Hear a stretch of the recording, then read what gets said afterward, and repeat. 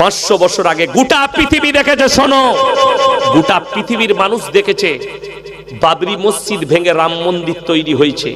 গোটা পৃথিবীর একটা লোকও দেখেনি যে রাম মন্দির ভেঙে মসজিদ তৈরি হয়েছে। একটা প্রমাণ দাও। খুদ সুপ্রিম কোর্ট তার রিপোর্টে লিখেছে কেউ দেখেনি, কেউ জানে না যে রাম মন্দির ভেঙে মসজিদ হয়েছে, কিন্তু গোটা পৃথিবী জেনে গেল বাবরি মসজিদ ভেঙে রাম মন্দির তৈরি হয়েছে। আমাদের এতেরাজ নেই, কিন্তু যারা স্বপ্ন দেখেছে যে যখন রাম মন্দির বাবরি মসজিদ ভেঙে মন্দির তৈরি করেছি, এরপরে যটা মসজিদ আছে এগুলোও ভেঙে দিয়ে মন্দির তৈরি করব, তো শুনে নাও, आग से मत खेलो, अगर आग से खेलोगे तो खुद भी जल जाओगे, सिर्फ हम नहीं जलेंगे। आज के दुखेर विषय একটা মুসলমানকে দেখাতে পারবেন না, একটা মুসলমান পাড়ায় দেখাতে পারবেন না, একটা মুসলমান জনবহুল এলাকায় দেখাতে পারবেন না যে কোন মুসলমান কোন হিন্দু ভাইয়ের কলারটা ধরে বলেছে যে বল আল্লাহু আকবার নারায়ে তাকবীর। আরে তোমরা এত কমজোর যে একটা মুসলমানের কলার ধরে বলতে হচ্ছে জয় শ্রীরাম বল, আর আল্লাহর কসম আমরা কারো কলার ধরিনি। এই 5 বছরের ভেতরে ভারতে অন্যান্য ধর্ম থেকে 13 লাখ লোক ইসলাম কবুল করেছে। জোরে বলুন নারায়ে তাকবীর। আমরা আর কি চাই? কেউ কি দাওয়াত দেব না? আল্লাহ যাকে কবুল করবে। এই যে সোশ্যাল মিডিয়া দেখছেন, আল্লাহর কৃপায় কত অমুসলিম ভাই এটার দ্বারা। আমি সেদিনে আসানসোলে একটা গণবিবাহে গিয়েছিলাম, অনেক মানুষ হিন্দু মুসলিম 20টা জোড়ার বিবাহ হলো। আমার ইনভাইট ছিল, আমি স্টেজে গেলাম।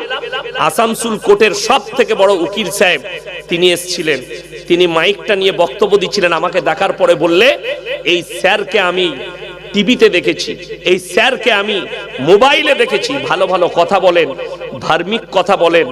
তো আমি আল্লাহর শুকর আদায় করলাম, আল্লাহ এই সোশ্যাল মিডিয়ার মাধ্যমে ওই অমুসলিম ব্যক্তি একজন কোর্টের উকিল, সেও আমার বয়ান শুনে আল্লাহ তুমি এদিকে কবুল করো।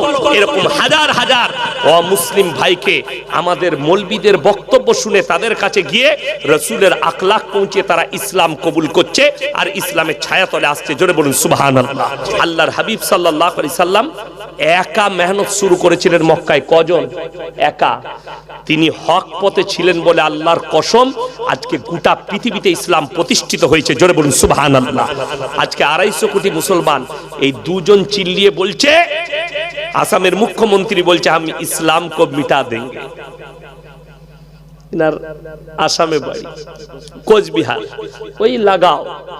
তিনি বলছেন মিটা দেंगे ইসলাম को, इस्लाम मिट जाएगा। अरे मेरे दोस्त, इतिहास उठाकर देख लो, फिराउन आया था मूसा को मिटाने, खुद मिट गए। नमरूद आया था इब्राहिम को जलाने, खुद खत्म हो गए। और तुम आए हो इस्लाम को मिटाने। पहले इतिहास उठाओ हिंदुस्तान का, आज से 200 साल तक राज किया था अंग्रेजों के बच्चे ने। उन लोग भी सोचा था हम इस्लाम को मिटा देंगे। अल्लाह की कसम, अंग्रेज ना मिटा पाया, तुम कैसे मिटा दोगे? तुम खुद मिट जाओगे। अल्लाह की कसम, हिंदुस्तान से इस्लाम को मिटा नहीं सकते। আমার ভাই, আমি লাস্ট কথা বলে যাচ্ছি আপনাকে, আপনারা সাবধান হন, নামাজি হন। মসজিদ, মাদ্রাসা, কোরআন, নবী, আল্লাহর জন্য আমাদের জান হাজির। সকলে জোরে হাত তুলে বলুন ইনশাআল্লাহ। এই জন্যই এখন তো ভারতে খুব দুঃখের বিষয়, প্রত্যেকটা মসজিদের তলায় একটা করে মন্দির খুঁজে পাওয়া যাচ্ছে, তাই না? দুঃখের বিষয়, বেদনার বিষয়। আমি বলেছি আমাকে যদি 3 দিনের জন্য ভারতের প্রধানমন্ত্রী করে, যতগুলো মন্ত্রী আর এমএলএ এমপি আছে সবারই ঘরের তলায় একটা করে আমি মসজিদ বার করে দেবো সার্ভে করে। কেন? লোক আমার, প্রশাসন আমার, অফিসার আমার। আমি খালি বলবো একটা মসজিদের চিহ্ন নিয়ে গিয়ে ভরে দিবি, দিয়ে বলবি মসজিদ আছে। আজকে তো সেটাই চলছে। বড় কষ্ট লাগে। আজকে ভারতে যারা গালি দিচ্ছে, শুনেলেন, আপনারা কেউ নৈরাশ হবেন না। কেউ যদি আল্লাহকে গালি দেয়, কেউ যদি নবীকে গালি দেয়, কেউ যদি রাসূলকে গালি দেয়, নৈরাশ হবেন না। কেন?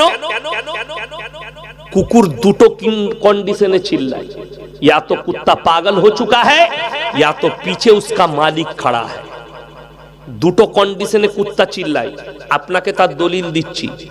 আপনি যদি রাস্তায় বের হন, যেগুলো সাধারণ কুকুর আছে সে আপনাকে দেখে চিল্লাবে না। আমি সেদিনে আমার বাড়ির জন্য ফুলের চারা আনতে গিয়েছিলাম কালকে সকালে। এক জায়গায় আমাদের ওখানে ফার্ম আছে, সেখানে আনতে গেছি। তো তার ঘরে একটা দামি কুকুর বাঁধা আছে। সকালবেলায় গেছি, সে আমাকে দেখে চিল্লাচ্ছে, চেন দিয়ে বাঁধা আছে। সে চিল্লাচ্ছে কেন? মালিক আছে তার পেছনে, বাঁধা আছে। সে জানছে আমাকে পাথরও মারতে পারবে না, এই মারতেও পারবে না, যেহেতু পেছনে মালিক দাঁড়িয়ে আছে। রাস্তার কুকুর। আর দ্বিতীয় নম্বর কুকুর চিল্লাই পাগল হয়ে গেলে। কলকাতায় সকালবেলায় যদি আপনি চলে যান গঙ্গার ধারে কিংবা আপনার ধর্মতলায়, দেখবেন কিছু বড় লোক চেন দিয়ে বেঁধে মর্নিং ওয়াক করতে বেরোয়, হাতে চেন দিয়ে কুকুর ধরে রাখে, ঠিক কিনা? ওই কুকুরগুলো চিল্লায় কেন? ও জানে মালিক দাঁড়িয়ে আছে। এই যে নাজিয়া ইলাহি খান কুত্তাকে দেখছেন গালি দিচ্ছে দাঁড়িয়ে, দাড়ি টুপিওয়ালা দিকে, ইসলামকে, ওর গলায় আমাদের দেশের একটা রাজনৈতিক দল গলায় কুত্তার পাট্টা লাগিয়ে ধরে দাঁড়িয়ে আছে। ও বুঝতে পেরেছে মেরে পিছে মেরা মালিক खड़ा है। लेकिन अल्लाह की कसम, नाजिया इलाही खान कान खुलकर सुन ले, मेरे गले में किसी का पट्टा नहीं, मैं सिर्फ अल्लाह का गुलाम हूं। मैं हमारे रसूल के लिए हमारा जान कुर्बान है। যারা নবীজিকে গালি দিচ্ছে, আপনারা বলুন ঈশ্বরচন্দ্র বিদ্যাসাগরের থেকে দামি লোক এরা হতে পারে? কথা বলে না? না। কবিগুরু রবীন্দ্রনাথ ঠাকুরের থেকে বঙ্কিমচন্দ্র, শরৎচন্দ্র, স্বামী বিবেকানন্দ, ইনাদের থেকে দামি লোক এই নুপুর শর্মার মতো হারামের আওলাদ আর এই নাজিয়া ইলাহি খানের মতো হারামের আওলাদ এরা হতে পারবে না। আপনাকে প্রুফ দিই। আল্লাহ নবীর জন্য এদের কাছে কি অভিযোগ? কিছু শিক্ষিত সমাজের লোক যদি এখানে থাকেন, যাদের ব্রেনে এটা চলছে, নবীজি সাল্লাল্লাহু আলাইহি সাল্লাম 6 বছর বয়সে মা আয়েশা সিদ্দিকা রাদিয়াল্লাহু তাআলা আনহাকে বিবাহ করলেন। কত বললাম? 6। সংসার শুরু করলেন 9 বছর বয়সে। কত বললাম? 9 বছর বয়সে তিনি সংসার শুরু করলেন। আর আমাদের দেশের কিছু গুমরা আর এরকম নুপুর শর্মার মতো হারামের আওলাদ, এদের অভিযোগ নবীজি 6 বছর বয়সে বিয়ে করে 9 বছরে সংসার শুরু করলেন, মুহাম্মদ সাল্লাল্লাহু আলাইহি সাল্লাম বলাৎকার করেছে। জোরে বলুন নাউজুবিল্লাহ। এত বড় কথা। চলুন এই হারামের আওলাদ দিকে আমি প্রুফ দিয়ে যাচ্ছি। যদি কোনো বাপের বেটা হন, আমার নামে কেস করুন, আমার সঙ্গে ডিবেটে বসুন, আমি প্রমাণ নিয়ে বসবো। ইনি তো 1450 বছর আগে আমার নবীজি বিবাহ করেছেন। কত বললাম? 1450। আপনাকে প্রুফগুলো দিই, আপনি বুঝতে পারবেন। ঈশ্বরচন্দ্র বিদ্যাসাগর যেদিনে বিবাহ করেছেন, তিনার স্ত্রীর বয়স ছিল মাত্র 8 বছর। কত বললাম? 8। কবিগুরু রবীন্দ্রনাথ ঠাকুর যেদিনে বিবাহ করেছেন, ওনার স্ত্রীর বয়স ছিল 11 বছর। বঙ্কিমচন্দ্র চট্টোপাধ্যায় তিনি যেদিনে বিবাহ করেছেন, ওনার স্ত্রীর বয়স ছিল মাত্র 5 বছর। কত বললাম? 5 বছর। দেবেন্দ্রনাথ ঠাকুর যেদিনে বিবাহ করেছেন, তিনার স্ত্রীর বয়স ছিল 6 বছর। শিবনাথ শাস্ত্রী যেদিনে বিবাহ করেছেন, বয়স ছিল উনার স্ত্রীর 10 বছর। রাজনারায়ণ বসু যেদিনে বিবাহ করেছেন, স্ত্রীর বয়স ছিল 11। যতীন্দ্রনাথ ঠাকুর যেদিনে বিবাহ করেছেন, স্ত্রীর বয়স ছিল 8 বছর। সতেন্দ্রনাথ ঠাকুর যেদিনে বিবাহ করেছেন, বয়স ছিল মাত্র উনার স্ত্রীর 7 বছর।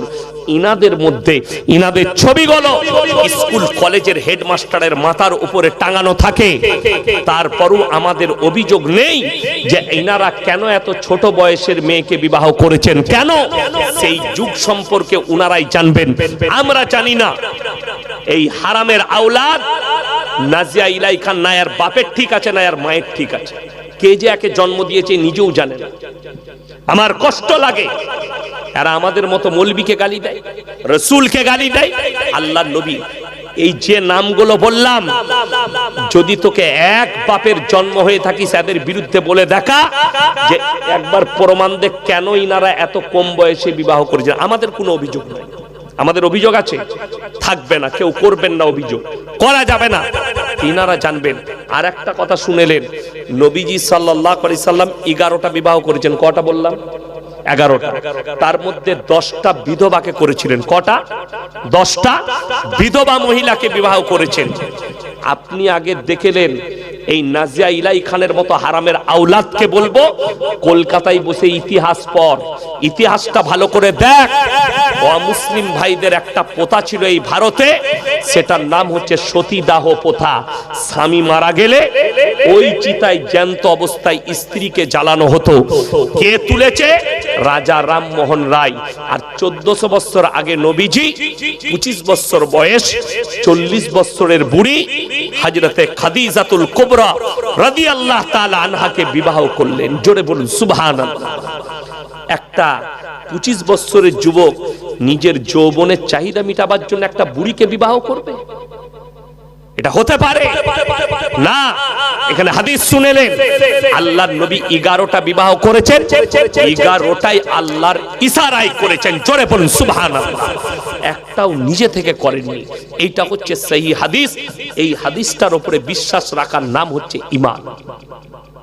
আচ্ছা, কোন চোর বলে যে আমি চোর? কথা বলে না?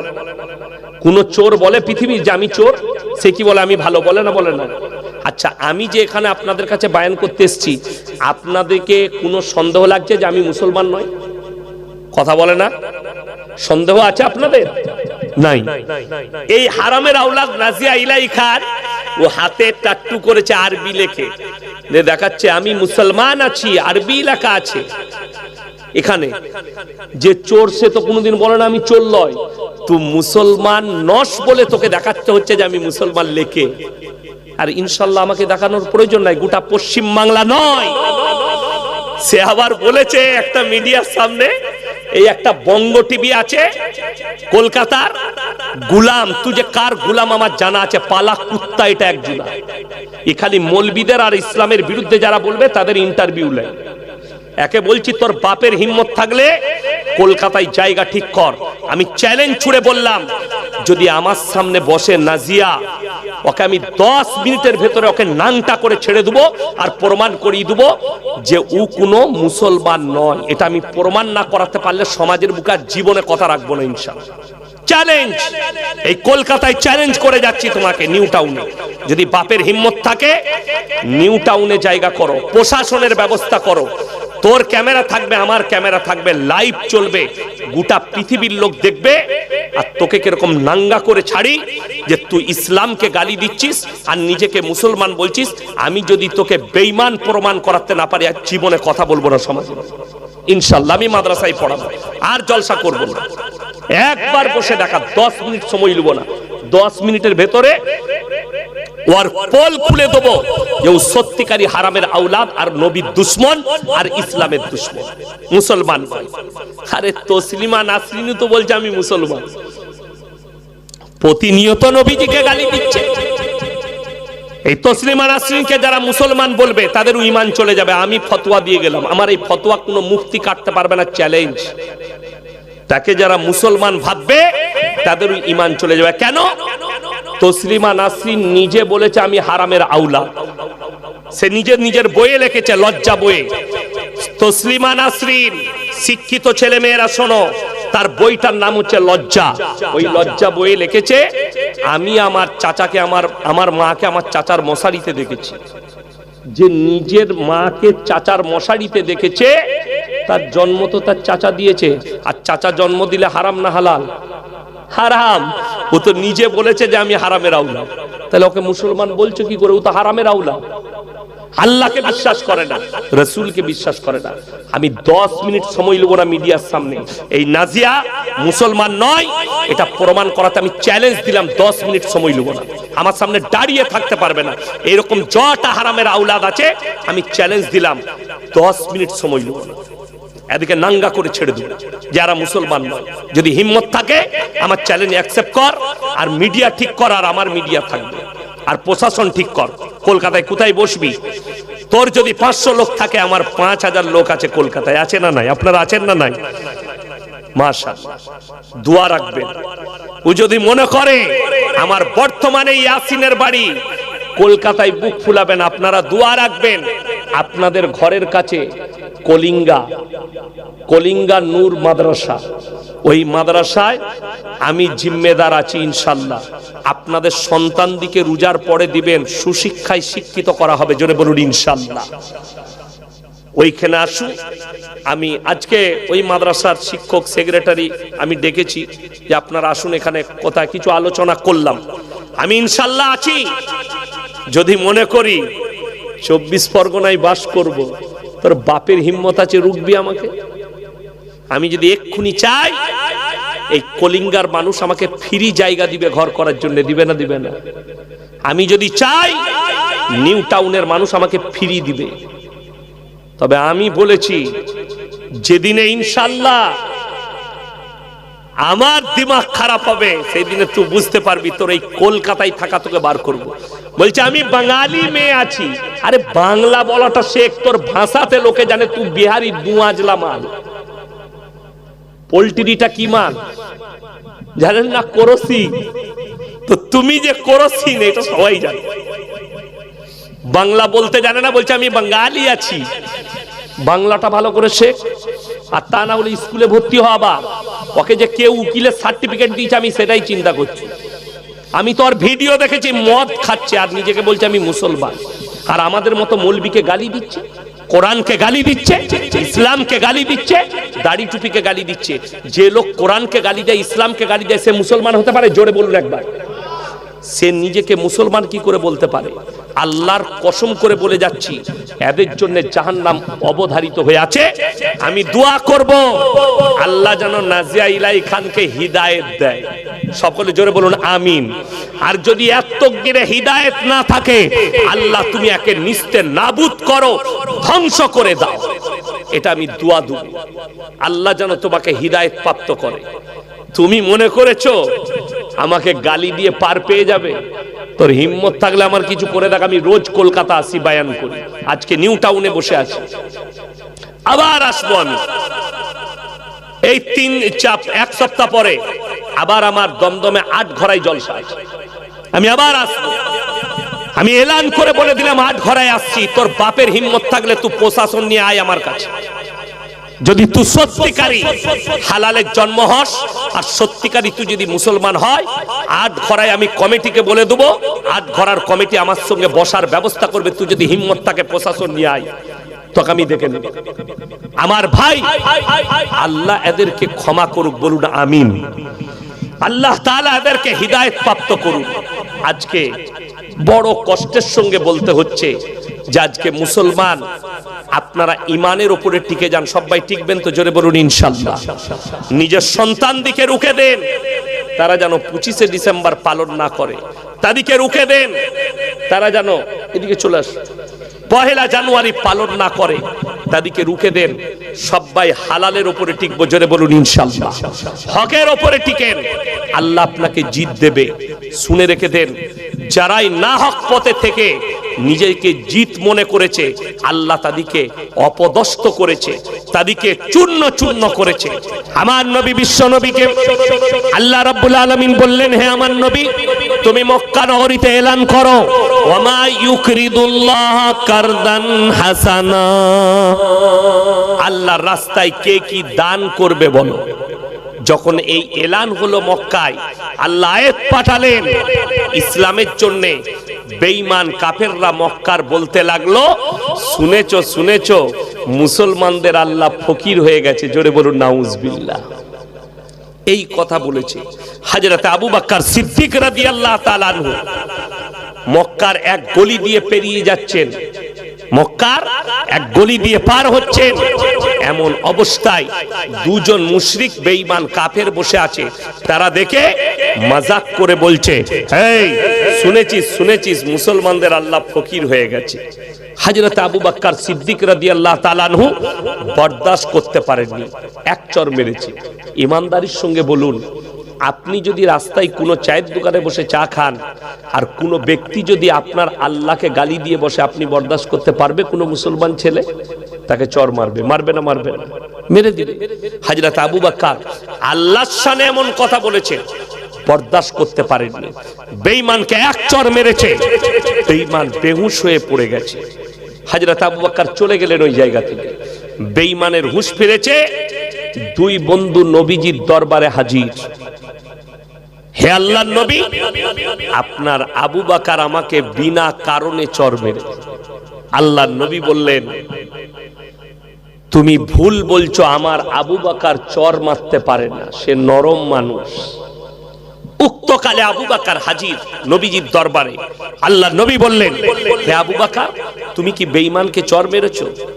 ইয়া রাসূলুল্লাহ, আল্লাহর শানে এমন কথা বলেছে, আমি বরদাস্ত করতে পারিনি, আমি এক চর মেরেছি। নবীজি বিচারে বসলেন, বিচার করছেন, কলিজার টুকরার বিচার। বেঈমানরা দুজন, হযরত আবু বকর একা। সেই বেঈমান বললে, मैं अपने माबूदों की कसम खा के कहता हूं मैंने इसे नहीं कहा, আমি নিজের রবের কসম করে বলছি, মাবুদের আমি এরকম কথা বলিনি। আপনার আবু বকর মিথ্যা বলছে, আমার সাক্ষী আছে। আপনার আবু বকরের সাক্ষী কে আছে জিজ্ঞেস করুন। হযরত আবু বকর একা। আবু বকর কজন? একা। তারা কজন? দুজন। বিচার করতে বসেছেন নবীজি রাহমাতুল লিল আলামিন। আমাদের বিচার তো এক কাপ গাঢ় দুধে চা দিলেই বিচার পাল্টিয়ে যায়, ঠিক বললাম না? আমাদের বিচার 500 টাকার লোড যদি গুঁজে দিতে পারেন, বিচার পাল্টিয়ে যায়। কিন্তু পৃথিবীর শ্রেষ্ঠ ব্যক্তি, তিনি রাহমাতুল লিল আলামিন, তিনি বিচার করতে বসেছেন আপন কলিজার টুকরা হযরত আবু বকর সিদ্দিক রাদিয়াল্লাহু তাআলা আনহু। তিনি বললেন, হে আমার আবু বকর, শোনো, তুমি যদি সাক্ষী আনতে পারো ভালো কথা, সাক্ষী না আনতে পারলে আমি বেঈমানকে বলবো তোমাকে মেরে প্রতিশোধ নিবে। আল্লাহর নবীর চোখে পানি, হযরত আবু বকরের চোখে পানি। হযরত আবু বকর বুঝতে পেরেছেন আল্লাহর নবী এতটা নাই পরায়ণ, আমি যদি সাক্ষী না আনতে পারি বেঈমানকে বলবে মেরে প্রতিশোধ নিয়ে নাও। আর আল্লাহর নবী বুঝতে পেরেছেন আমার আবু বকর কোনোদিন মিথ্যা কথা বলবে না। নবীজি ভাবছেন আমার আবু বকর কোনোদিন মিথ্যা কথা বলতে পারেন। আর আবু বকর ভাবছেন আমি সাক্ষী না আনতে পারলে বেঈমানকে নবীজি বলবে মেরে প্রতিশোধ নিয়ে নাও। দেখুন আবু বকর হকের উপরে আছে না হকের উপরে? বাবা, হকের উপরে। আল্লাহ রাব্বুল আলামিন এরপর কোরআন খুলেন, সঙ্গে সঙ্গে জিবরিল আমিনকে পাঠালেন। জোরে একবার বলুন সুবহানাল্লাহ, আরো জোরে বলুন সুবহানাল্লাহ। হকের উপরে থাকার কারণে আল্লাহ রাব্বুল আলামিন সঙ্গে সঙ্গে কাকে পাঠালেন? জিবরিল আমিনকে কোরআন নিয়ে পাঠালেন। ইন্নাল্লাহা ফাকিরু ওয়া নাহনু আগনিয়া সানাকতুবু মা ক্বালু। হে আমার নবী, আবু বকরের সাক্ষী আমি আল্লাহ দিচ্ছি, বেঈমান মুশরিক কাফের বলেছে আল্লাহ ফকির। জোরে বলুন সুবহানাল্লাহ। আল্লাহ নিজে সাক্ষী দিলেন হকের উপরে টিকে থাকার কারণে। আপনি হকে টিকুন, আল্লাহ আপনার সাথে থাকবে, পৃথিবীর কারুর প্রয়োজন নাই। আল্লাহর থেকে শক্তিশালী পৃথিবীতে কেউ আছে? নাই। আপনাদেরকে আমি দলিল দিচ্ছি দুটো মারাত্মক, এই বর্তমান সময়ের দলিল। বাংলাদেশের হাজার হাজার আলেমকে হাসিনা সরকার জেলের কুঠরিতে রেখেছিল। অন্যায় ভাবে হক কথা বললি তাকে নিয়ে গিয়ে জেলের কুঠরিতে আয়না ঘরে ভরে দিত। কত মানুষের প্রাণ নিয়ে নিয়েছে। তাকে আল্লাহ তাআলা রাঁধা ভাত খেতে দেয়নি। 45 মিনিটের ভেতরে দেশ ছেড়েছে সে, প্লেনে চেপে। রাজত্ব শেষ। আল্লাহ দেখিয়ে দিল না হককে সরিয়ে হক দাঁড়িয়ে গেল। জোরে বলুন সুবহানাল্লাহ। 52 বৎসরের রাজত্ব সিরিয়ার বাশার আল আসাদের। তার বাপ 27 বৎসর রাজত্ব করেছে। বাশার আল আসাদ 25 বৎসর। কত হাজার হাজার শিশুকে মেরেছে আপনি অনুমান করতে পারবেন না। গত বৎসরে মনে আছে একটা শিশু সিরিয়ার বলেছিল মরার আগে আমি আল্লাহকে গিয়ে বলে দেব। আল্লাহ শুনে নিয়েছে। এই 4 দিন হলো বাশার আল আসাদ দেশ ছেড়ে পালিয়েছে পরিবার নিয়ে। শুনে নেন, অবাক হবেন। তার বাড়িতে যে 4 চাকা গাড়িগুলো আছে 450 কোটি টাকার খালি গাড়ি আছে। কত বললাম? 450 কোটি টাকার খালি গাড়ি আছে, বাইক আর 4 চাকা। 25 কোটি টাকার ফারারি আছে, ল্যাম্বরগিনি আছে 26 কোটি টাকা। আপনার রোলস রয় আছে 10 থেকে 15 খানা। কোটা গ্রেসটা মোটরসাইকেল আর 4 চাকায় ভর্তি। রাজত্বের পয়সা, কমের পয়সা লুটে খেয়েছে। তার সম্পত্তির হিসেব দিয়েছে সেই দেশের মিডিয়া। 1 লক্ষ কোটি টাকার মালিক হয়েছিল, যেটা একটা টাকাও তার বাপের নয়, সব দেশের। শুনে রেখে দেন, আপনি যদি বিচারক হন, হক বিচার যদি না করতে পারেন, আল্লাহর কসম কিয়ামতের দিনে কঠিন পাকড়াও হবে। আপনি যদি নেতা হন, হক যদি না বলতে পারেন, কিয়ামতের দিনে আপনার পাকড়াও হবে। 1 টাকা যদি কারো মেরে থাকে, শুনেলেন, যারা শহীদ হবে ইসলামের জন্য, যারা শহীদ হবে আল্লাহ তাআলা শহীদকে জান্নাতে দিবেন না? দিবেন না বাবা? শুনেলেন, আগুনে পুড়ে গেছে, শহীদের মর্তবা পাবে কোন মুমিন? ইমানদার ব্যক্তি আগুনে পুড়ে মারা গেছে, শহীদ। কোন আপনার ইমানদার ব্যক্তি পানিতে ডুবে মারা গেছে, শহীদের দরজা পাবে। কোন ইমানদার ব্যক্তি অ্যাক্সিডেন্ট হয়ে মারা গেছে, শহীদের দরজা পাবে। কোন ইমানদার ব্যক্তি আপনার ইসলামের জন্য যুদ্ধ করতে গিয়ে মারা গেছে, শহীদের মর্তবা পাবে। কিন্তু শুনে রেখে দেন, শহীদরা জান্নাত পাবে, এক জায়গায় কোন শহীদ আটকিয়ে যাবে। সেটা কোথায় জানেন? 1 টাকা যদি কারো কাছে ঋণ করে থাকে, আল্লাহ আটকিয়ে দিবেন। ক টাকা বললাম? 1 টাকা যদি ঋণ থাকে, কিয়ামতের দিনে পরিশোধ করার পরে তারপরে সে সেই জায়গায় যেতে পারবে। এটা ইসলাম বলছি আপনাকে। কত ডেঞ্জার বুঝতে পাচ্ছেন?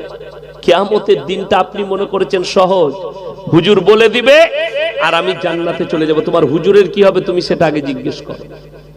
এই আমাদের সমাজের লোক নামাজ পড়ে না কেন, রোজা রাখে না কেন, দিনের উপরে প্রতিষ্ঠিত নয় কেন? তার কারণ একটাই, হুজুরকে দাওয়াত দেব, দোয়া করে দিবে, জান্নাত রেডি। আমাদের দেশটা তো ওইভাবে চলছে। আজকে ভেবে দেখুন, কোরআনে স্পষ্ট আছে আমরা কটাই আল্লাহ বিশ্বাসী? কথা বলেন, এক আল্লাহ বিশ্বাসী। কিন্তু অবাক হবেন, আমি এই 24 পরগনায়, এই কলকাতায়, এই আপনার হাওড়ায়, আমার বর্তমানে হুগলিতে দেখিয়ে দেব, মানুষ গাছের নিচে মাটির ঘোড়া রেখে সিজদা করছে। আপনাকে দেখিয়ে দেব, 24 পরগনায় দেখিয়ে দেব, ঘোড়া রেখে গাছের গোড়ায় সিজদা করছে। ওটাকে দিন মনে করেছে। অথচ আল্লাহ স্পষ্ট কোরআনে বলে দিয়েছেন, 17 পারা। কত পারা বললাম? 17 পারা, শেষ পৃষ্ঠা, একদম শেষ রুকু শুরু। ইয়া আইয়ুহান নাসু যুরিবা মাথালুন ফাসতামিউ লা ইন্নাল্লাযীনা তাদউনা মিন দুনিল্লাহি লা ইয়াখলুকু যুবাবা ওয়ালা বিসতামাউলা। হে আমার নবী বলে দাও, হে পৃথিবীর মানুষ, তোমরা আল্লাহ ব্যতীত যার কাছে ভালো মন্দ চাও তাকে জিজ্ঞেস করো, সে একটা মাছি পর্যন্ত সৃষ্টি করতে পারে না। মাছি সৃষ্টি অনেক দূরের কথা, তার প্লেট থেকে মাছি যদি কোনো জিনিস ছিনিয়ে নিয়ে যায়, সেটা উদ্ধার করার ক্ষমতা নেই। কেন? তারা হচ্ছে শক্তিহীন, আর আমি আল্লাহ হচ্ছি গোটা পৃথিবীর সৃষ্টিকর্তা।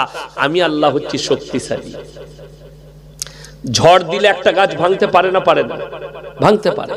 যদি ঝড় দিলেই গাছটা ভেঙে যায়, আপনি গাছের কাছে চাইছেন, ঝড়ের পরে গাছটা যে ভেঙে দিলে সেই মালিকটাকে খুঁজেন। এই গাছের মালিককে খুঁজেন, আরো বেশি পাবেন। একটা অমুসলিম ভাই মাটির মূর্তি তৈরি করে সিজদা করে, ইসলাম বলছে ওটা শিরক। আল্লাহর কাছে যতগুলো পাপ আছে সব থেকে নিকৃষ্টতম পাপ হচ্ছে শিরকের পাপ, শিরকের পাপ। আর আমাদের দেশের আজকে কিছু মানুষ তারা পাপের ভান্ডারে ডুবে আছে, পাপের সাগরে ডুবে আছে। তাদের ভরসা তাদের পীর, তাদের মলবি, তার হুজুর তাকে জান্নাতে নিয়ে যায়। বড় কষ্ট লাগে। আমি দলিল দেব, নবীজির থেকে দামি লোক পৃথিবীতে কেউ এসছে? কথা বলেন, এসছে? আর কিয়ামত পর্যন্ত আসবে? আসবে না। অবাক হবেন, আল্লাহর হাবিব সাল্লাল্লাহু আলাইহি সাল্লাম নবীজির কাছে খবর এলো, ইয়া রাসূলুল্লাহ, আপনার চাচা যান মৃত্যুর শয্যায় আছে। নবীজি গিয়ে ছুটে হাতটা ধরলেন, চাচা চাচা একবার খালি কলমাটা পড়ে নাও, আমি আল্লাহর কাছে কেঁদে কেঁদে ক্ষমা চাইব। সকলে বলুন, হিদায়েতের মালিক কে? হিদায়েতের মালিক হচ্ছেন আল্লাহ।